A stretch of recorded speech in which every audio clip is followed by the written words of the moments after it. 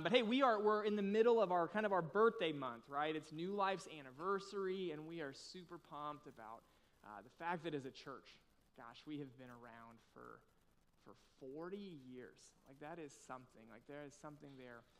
And as as we think about 40 years, and even one of the things I find so interesting is what we do is we're an expository preaching church. So we walk through the Bible verse by verse, or like we'll take a character from the Old Testament and we'll just kind of study that character. Or in this case, we're taking a group of Psalms and just kind of walking through them. And oftentimes we determine what we're going to do, like no joke, like several months in advance. So like this is early spring where we kind of started plotting out this series. And what I think is so interesting is it really wasn't on any of our minds that this was our 40th anniversary, okay? And then we came to this psalm, and as I was reading it this week, I was like, oh my gosh, if I had to preach a 40th anniversary at a church, this is absolutely the psalm that I would have picked. And so I'm always kind of blown away by how that lines up. And so it's kind of cool. So let me read you. I'm going to read you the first 2 verses, and then we'll look at the last 3, and it'll all make sense when I do that. But right now I'm just going to read the first 2. And this is Psalm 127, verses 1 and 2, okay? And this is 40th anniversary stuff, okay? He says, unless the Lord builds the house, those who build it labor in vain. Unless the Lord watches over the city, the watchman stays awake in vain. It is in vain that you rise up early and go late to rest, eating the bread of anxious toil, for he gives to his beloved sleep. I mean, think about that verse. Okay, unless the Lord builds the house. Like what he is saying. And if you think about the fact that New Life has been around for 40 years, longer than I have been alive, the only reason why that is true is because the builder and the architect are God. Like here's what I can tell you. I've been here for on staff for about 14 years now, and even last week I told a story from 2006 from a former pastor. There have been moments in the life of the church where it got hard, where you wonder how this is going to work out, but because God is the builder and God is the architect, that we can be confident that it will continue to go forward. And as I think about New Life, okay, as we're heading into now, okay, we finished 40 years, man, what is it going to take to make it another 40? God's going to have to be the one that builds it. That the only way that we make it another 40 years is if the primary force behind this thing is God. If we ask him to be the builder, to be the one who does the work. The New International Commentary on the Old Testament, it talks about this verse, and it mentions how this verse, it's when it talks about the house, it's talking about the temple.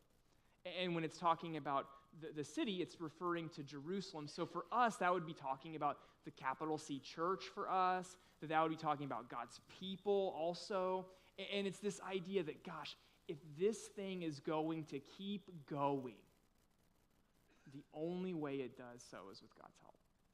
And as I was thinking about, 40 years coming to this point, what would be a great way to kick off our next 40 years?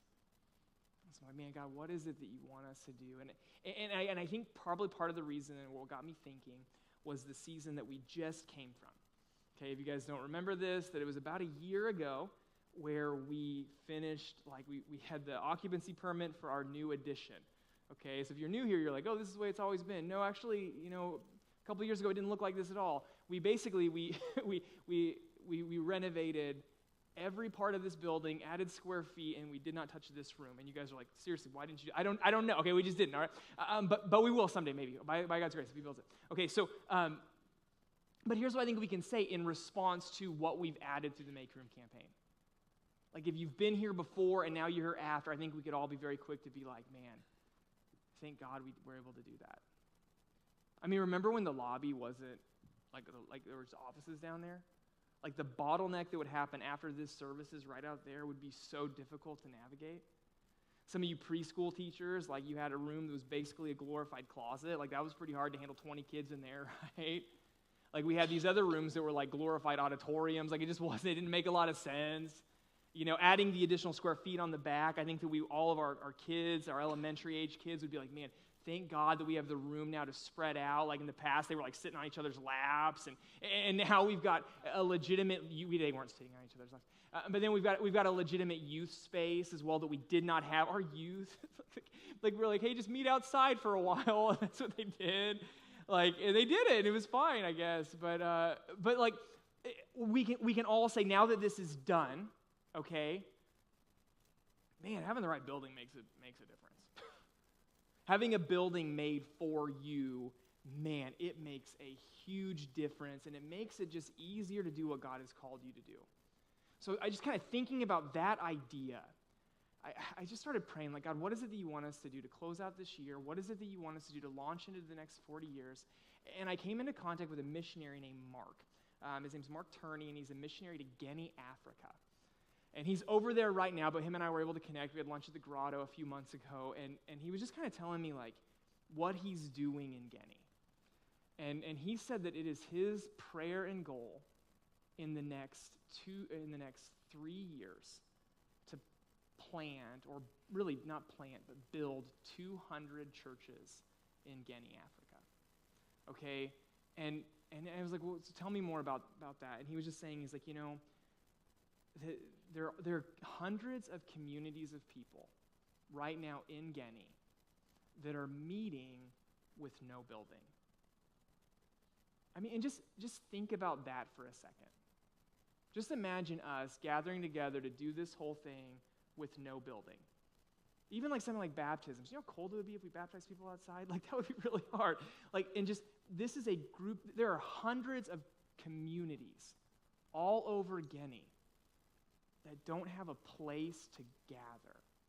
In some cases, they would make these makeshift things, okay? And I actually have an image of one of the makeshift things that they would use to just try to create it, make it into a church. And you can see that, and that does not look very stable. I wouldn't even go under there, to be honest with you, but there are groups of people going under there to worship.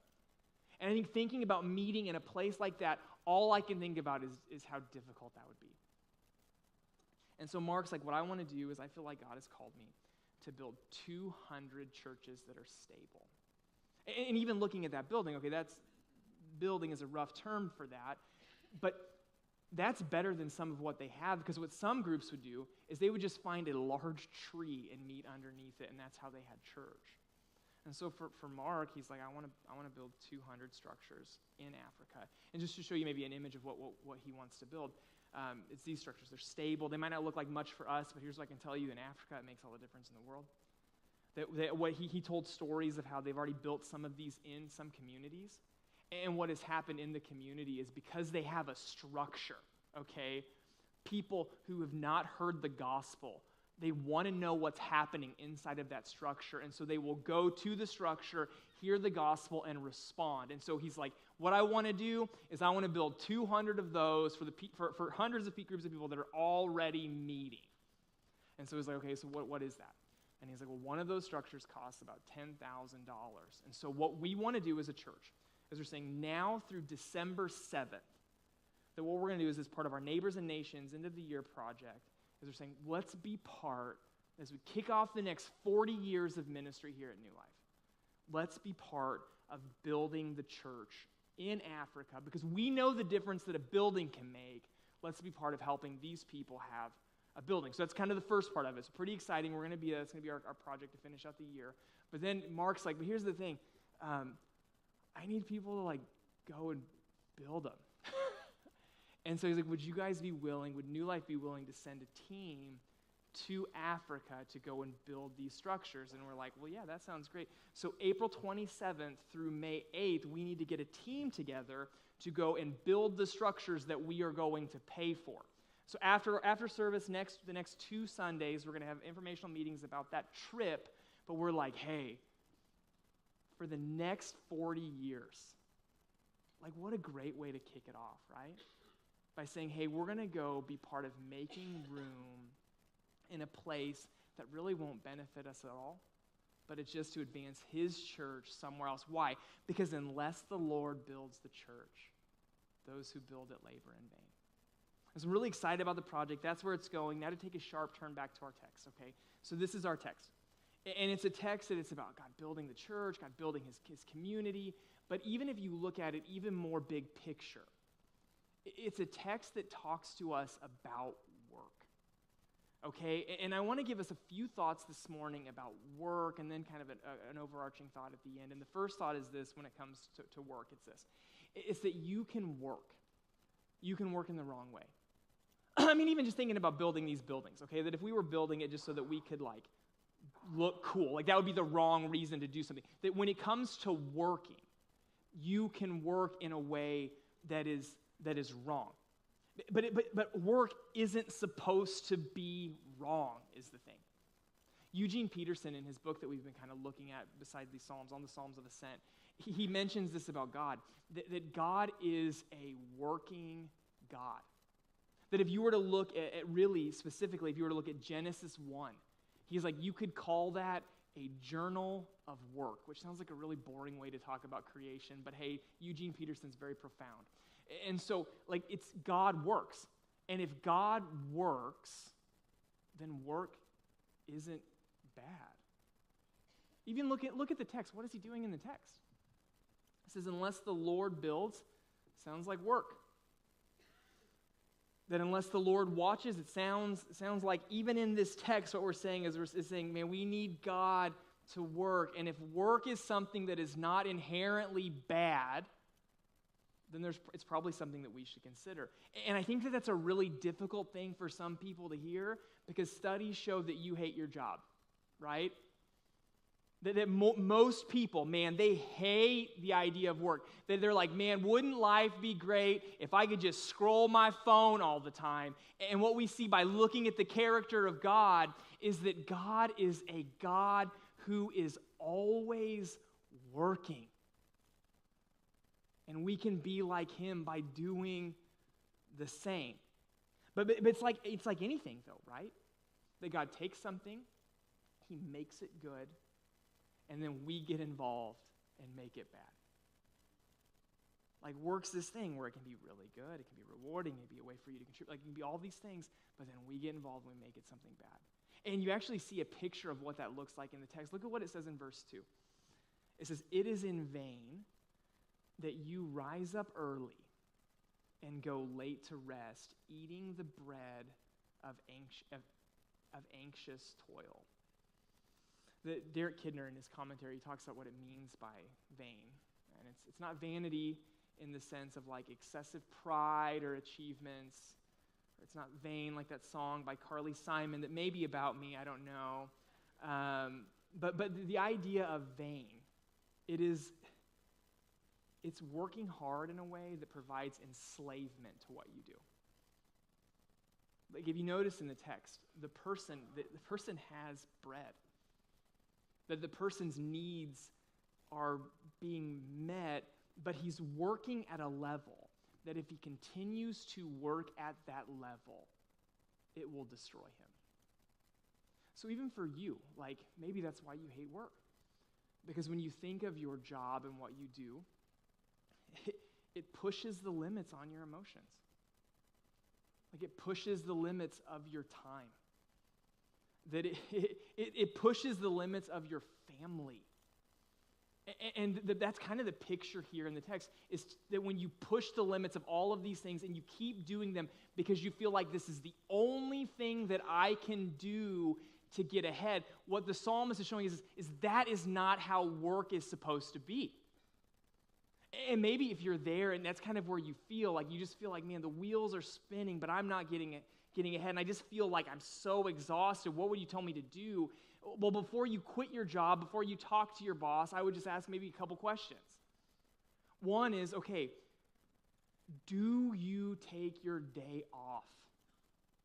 I said that at 8, and a woman literally, she like did that to her husband. I was like, and it was like right there. I could see him. It was really awkward. We locked eyes, but like, do you take your day off? Like God didn't work, he worked 6, took off 1. That you're only always working. Well, that's probably part of the reason why you're at the end of your line, because you weren't made to work all the time. Another question worth asking, okay, so not just when it comes to work, but are you taking your vacation time? Like, I get it, like you might want to keep five days aside to bank them for next year, but man, if you're only banking that time, what are you banking it for? Like, there comes a point, like, you aren't made to work. So if you're never resting, well, that would explain probably why you feel the way that you feel.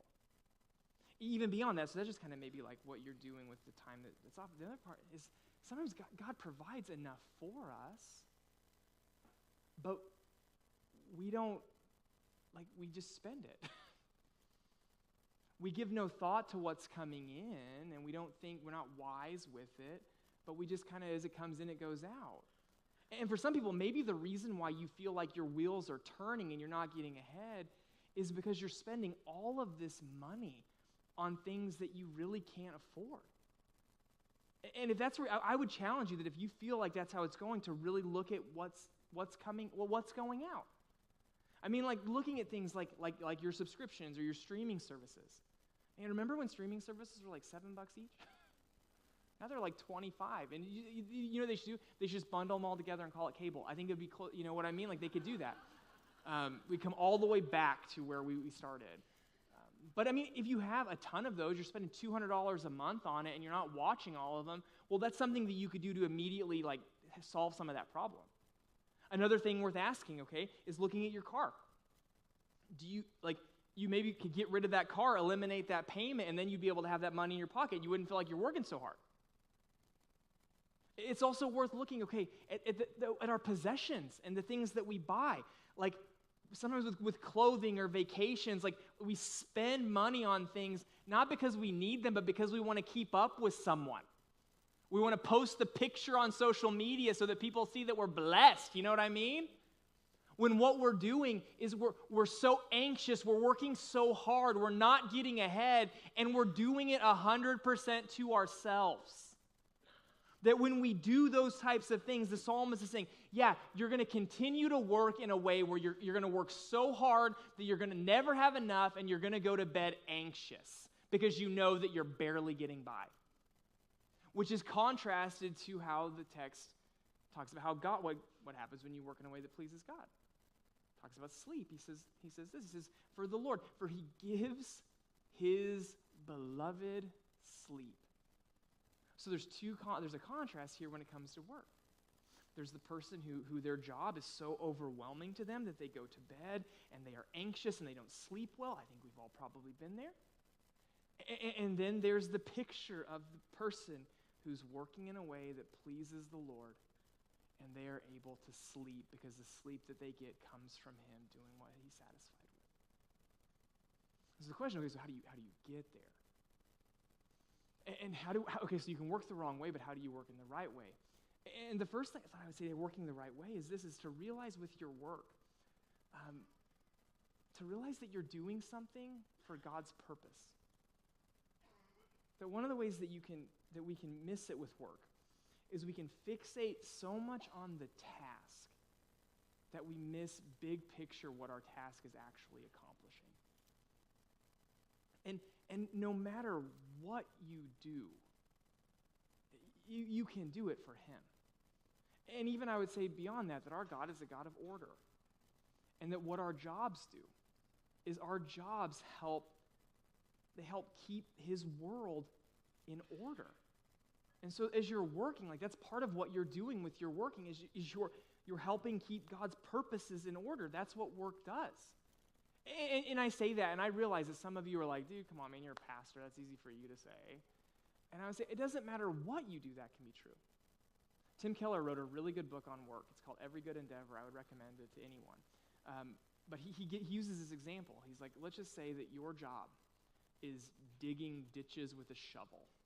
Okay? Like, I mean, like, you know what I mean? Like, that's that kind of work. Like, that's your job. He's like, even if that's what your job is, your work is serving God's purpose. And he's like, here's why. Well, one, if there are no ditches, water has nowhere to go. And if water has nowhere to go, then the roads are going to be ruined. And if the roads, and not only are the roads going to be ruined, but people's homes are going to be ruined because there's nowhere for water to go. It's going to destroy property. What's going to happen in your community if there are no ditches is that people won't move to your community because everything's going to be very run down because water is destroying everywhere because there's nowhere for it to go.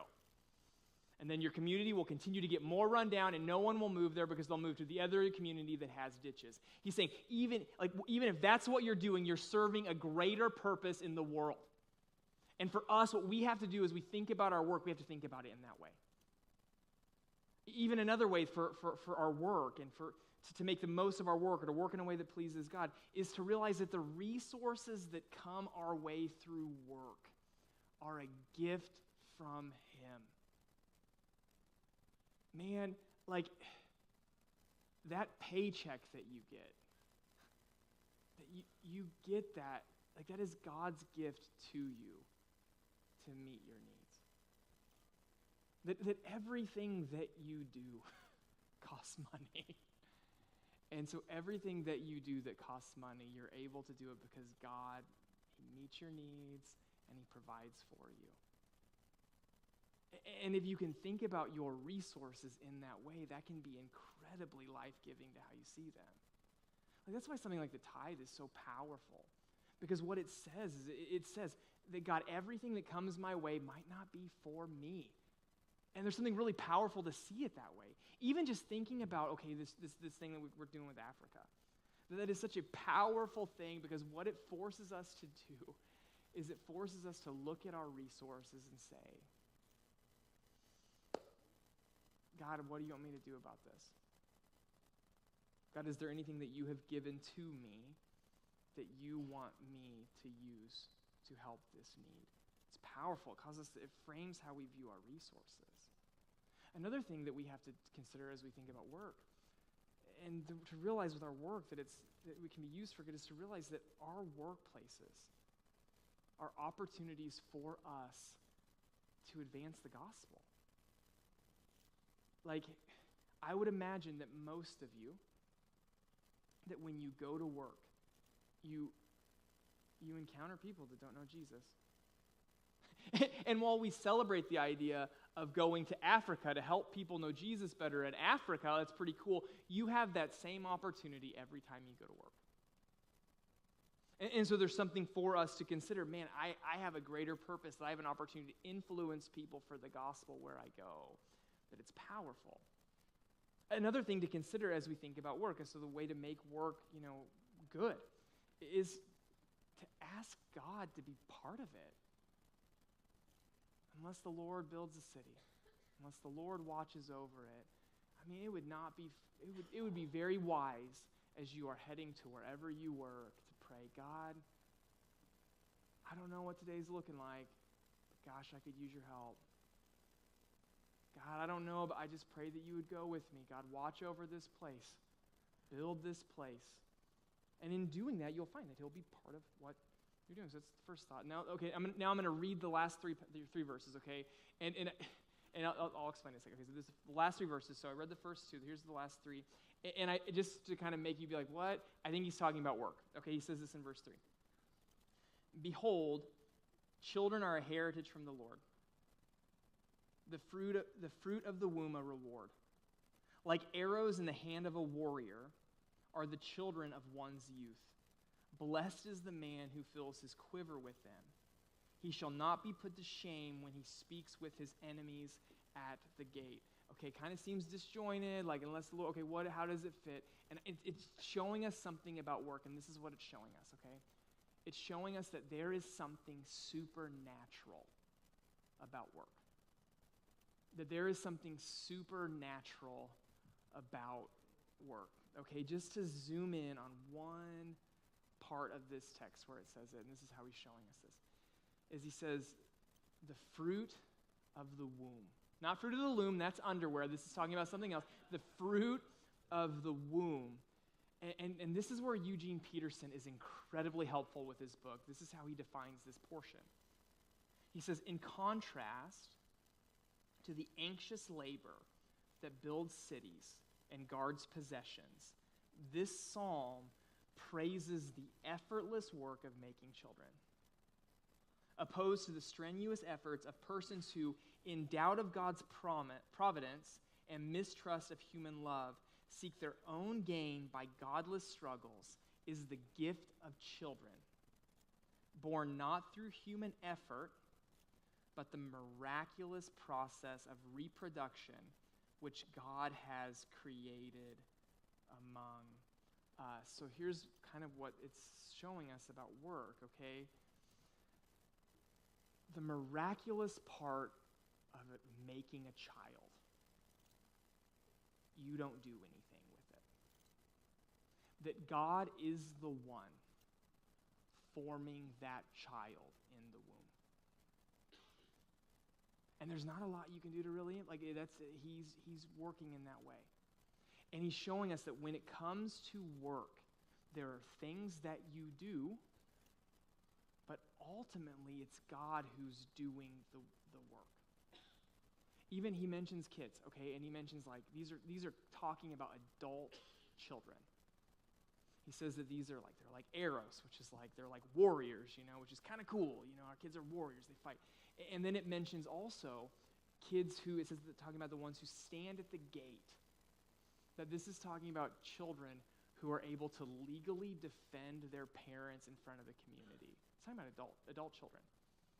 And even when you think about, adult children, when I talk to people whose adult children love Jesus, I'm always like, so tell me about that, right? In the world, that's what I want for my kids the most.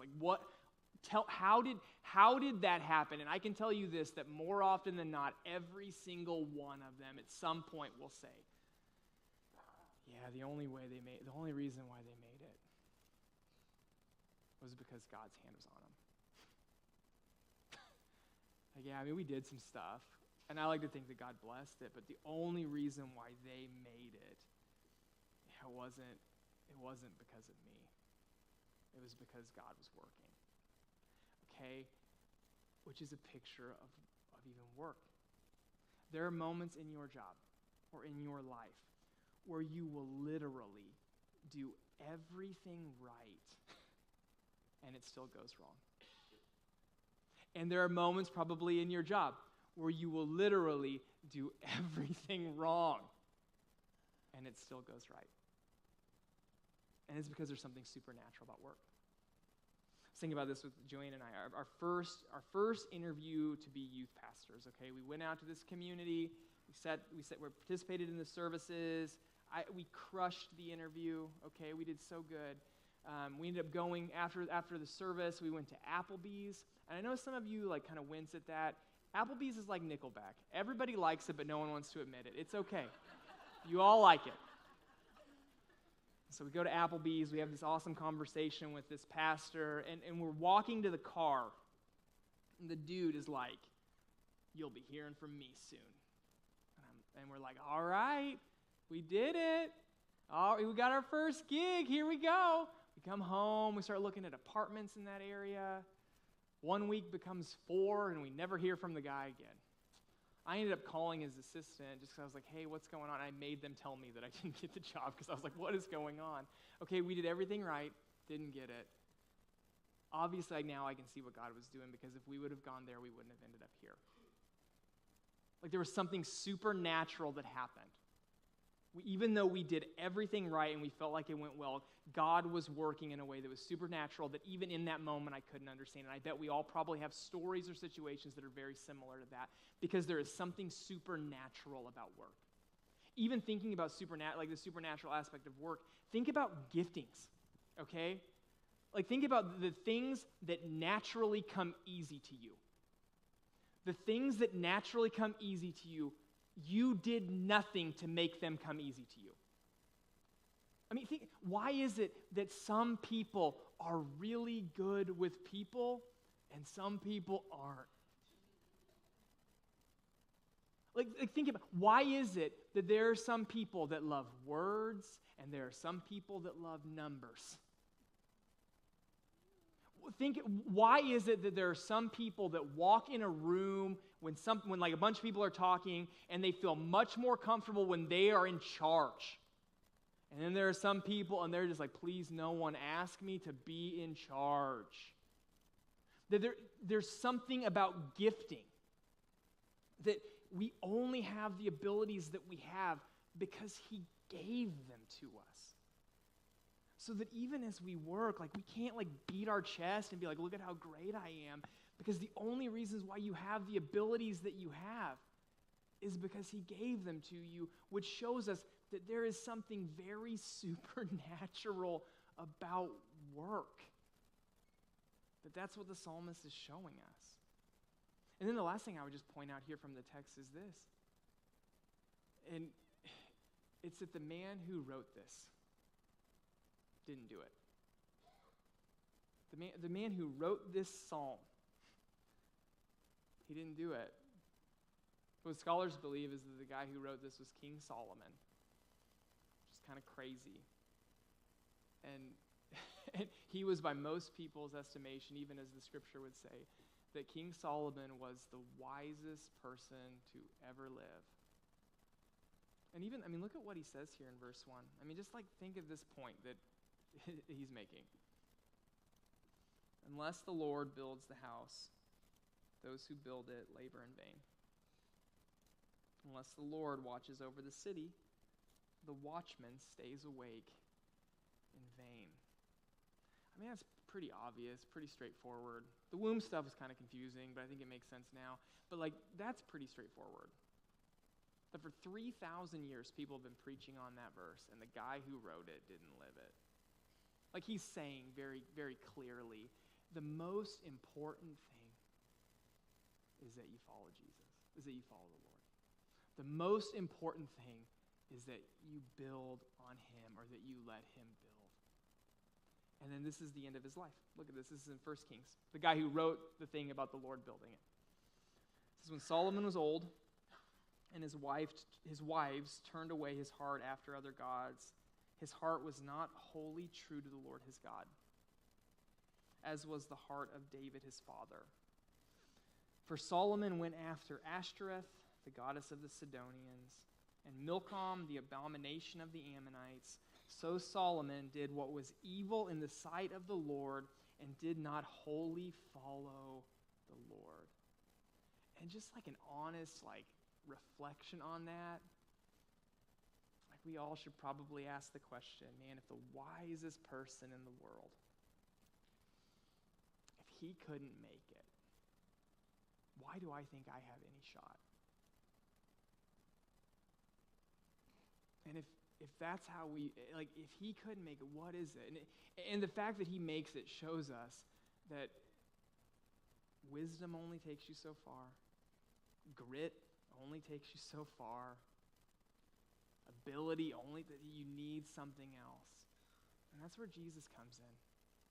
That Jesus says this in John's Gospel, in John chapter 14, where he says, if you love me, you will keep my commandments. And I will ask the Father, and he will give you another helper to be with you forever. Even the Spirit of truth, whom the world cannot receive because it neither sees him nor knows him. You know him, for he dwells with you and will be in you. Think about that statement. If you love me, you'll keep my commandments. I bet some of you probably broke a commandment on the way in. Does that mean you don't love him? No, what it means that we need help. And what does Jesus say? He says, I'm going to send someone to help you. I'm going to send someone to help you so that it doesn't have to be about grit. I'm going to send someone to help you so it doesn't have to be about wisdom, because that didn't work for Solomon. He said, I'm going to send someone to help you so that it doesn't have to be about just your ability. And what he says about the Spirit of God that dwells inside of, this is what he says. This is who's going to help you, is going to be the Holy Spirit. And he lives inside of you. He helps you keep the commandments, and he stays with you forever. And so the beauty is that even when we fall, Jesus died for that. And so we remain in him, and he stays with us. And it's kind of like all the things with work. We do some, but he does the hard part. I mentioned this last week that I've been watering my grass and whatever.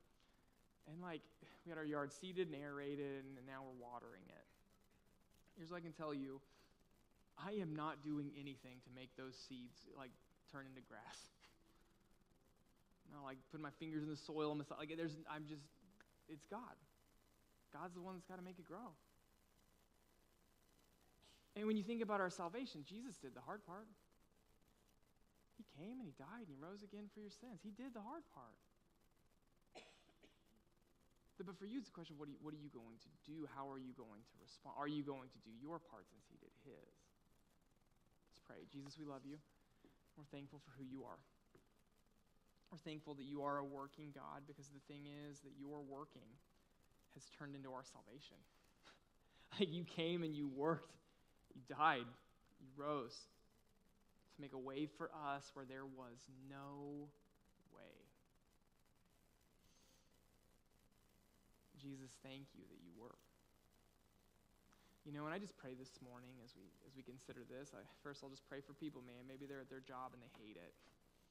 I pray that you would help them with their job. I pray that you would give them wisdom. I pray that you would give them comfort. I pray that you would help them know how they can work in a way that can more effectively please you and advance your kingdom. Help them, God, with whatever that might be. Help us, God, to, even as we respond to this message, to not respond to it in a way that is arrogant or haughty, but to realize that all of the giftings that have come our way, the only reason why they're there is because you gave them to us. So there's even something supernatural about the things that we do. But man, God, I pray, maybe there are people in this room, maybe there are people tuning in online, and the reality of their circumstance is that they don't have a relationship with you. Maybe they think it's their merit, maybe they think they'll be good enough, but the truth is they don't have a relationship with you, Jesus. And right now in this moment, your spirit that wants to live inside of them is knocking on the door of their hearts. And I just pray, God, by the power of your spirit, that they would respond to you. Maybe there are people in this room and they've been saying no to you for years.